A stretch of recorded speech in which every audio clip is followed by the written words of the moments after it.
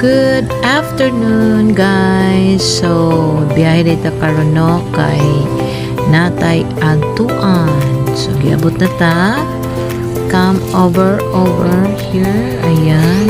Oh, Coral Wellness Center. Na-open na to. Ug nakita na to si Charan! Madam Joy. Ang tag-iya sa Coral Wellness. Og iyan atang gipreparan dara sa ato ang bed kay diya tanya kulatahon guys, kulatahon ta ni Ma'am Joy karong adlaw. Oo, nakita ra jud mi kay di na gid matabang ang sakit sa atong kalikuran. O diha gisugdan na gid ni Ma'am Joy ang pagkulata mga guys, gisugdan niya diha sa atong tiil. Kay kalami kayo paminahon.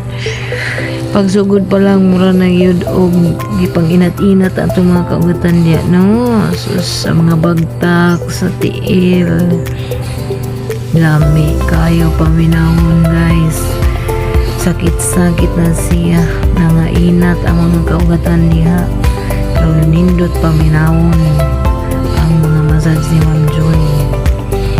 Mapay pagsugod pero sige na tag-agay-agay anak guys, di lang nato ipaglaro kay aron di halata nga kinahanglan na yun og mga massage niya atong kalawasan, di ba?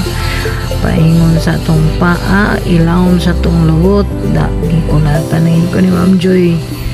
Uha na gini, di ba? O gisakya na gid ko ni Ma'am Joy.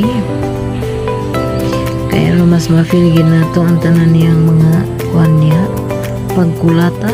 Kana sus lami kay na sa likod guys. Oh, kada doot ana ni Ma'am Joy wa lang mo kabalong nga sus grabe akong agay pero lami siya paminahon kay ang atong kalawasan nangita gyud sa mga saktong hapyod. Oh, pak oh, kada doot ana guys agay. Oh, aguroy. Oh, di ba?